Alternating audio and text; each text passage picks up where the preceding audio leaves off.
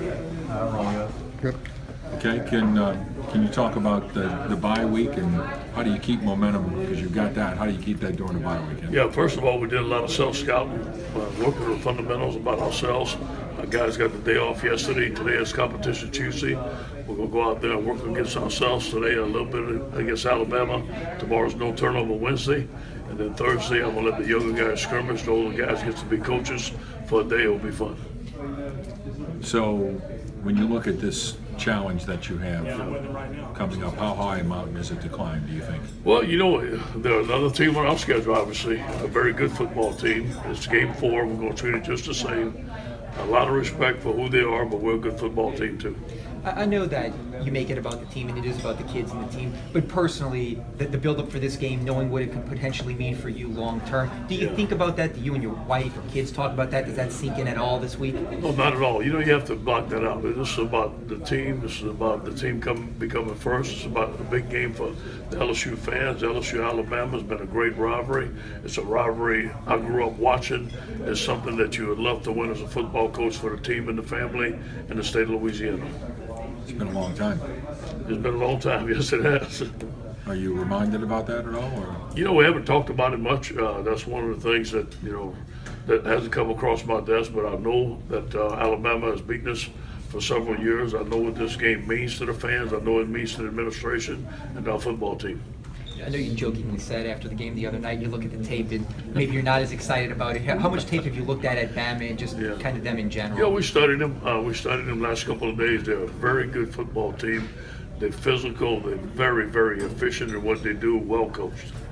Do you think that what you are doing is maybe doing a good job of persuading some kids who maybe you wouldn't get that they have a chance to do something special at LSU? Well, you know, we are a very talented football team, and my job is to get them to play as a team and to play up to their capabilities. The last 3 weeks we've done that, not for 60 minutes and not at 100% yet, but in order to beat a team like Alabama, we have to be at our best, and I know they understand that. I know that historically in recent years, these last run of games, this gauntlet, so to say, is kind of where the team has struggled. Have you talked to them about that, or have you all studied why that has happened, or brought that up at all? Well, they know. I don't have to remind them for sure, but you know, today's about competition Tuesday. Today is about us getting better. I will talk to them about that next week when game week comes. We'll identify some things that went wrong, but this is a new team and a new season. If you can't stop them running, though, it's going to be a long day, right? You always got to stop the run. You got to run the football on them. This is a team that prides itself on blocking, tackling, well coached, big time athletes, big running back. Does a tremendous job of calling the plays, and we have our hands full. Can you just kind of reflect a little bit on maybe the younger you would have been thinking about the job long term, and now it seems like you really, not that, but more about the kids, not so much about like you long term. Yeah, you know, I've been through it before, and I understand the focus. You know, whatever's going to happen is going to happen in the next 4 weeks. I'm going to enjoy the day, and my job is to get this team to play well, and then let's see what happens. Coach Pete Jenkins knows them pretty well. Is there any intel that you can glean from him as you get ready for this game? Every day, every minute. He is a tremendous resource. We've watched film together, me and him, for the last couple of days. He knows these guys. He knows Coach Saban. He understands what they want to get done, and he understands what we have to do. And also, he's been in this game, I think, for 15 times, LSU, Alabama. He has a lot of experience. He has a wealth of knowledge. He's invaluable to our staff.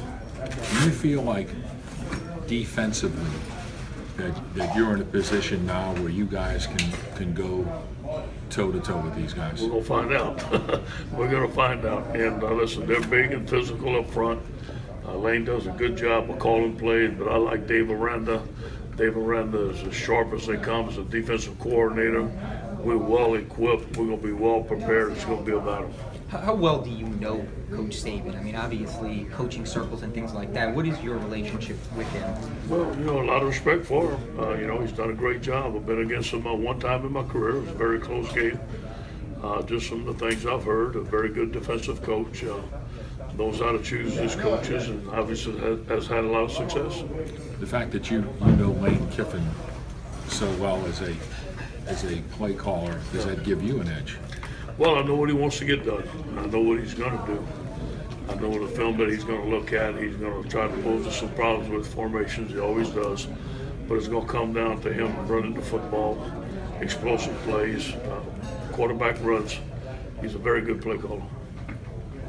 Coach, Leonard was on the SEC network yesterday, and he basically said he felt, that you're still trying to get used to their generation, the way they dress, the music they listen to. How, maybe you just describe what does that mean to you? Well, every team's a new team. I spent 11 years on the West Coast. I knew those guys and recruited them.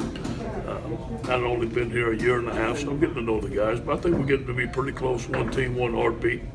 And I'm letting them be themselves. I want everybody to be able to operate within their own character, within the team rules, but also have some fun playing football. And I think that's what he's talking about. What's your plans for this weekend? Okay, Friday I'm going to be out recruiting. I'm going to see some of the top players in the country. And then Saturday I'm going to see McNeese State play Abilene Christian. I get to see my boy play. Parker's obviously at McNeese along with Cody. We're going to enjoy a weekend with my family.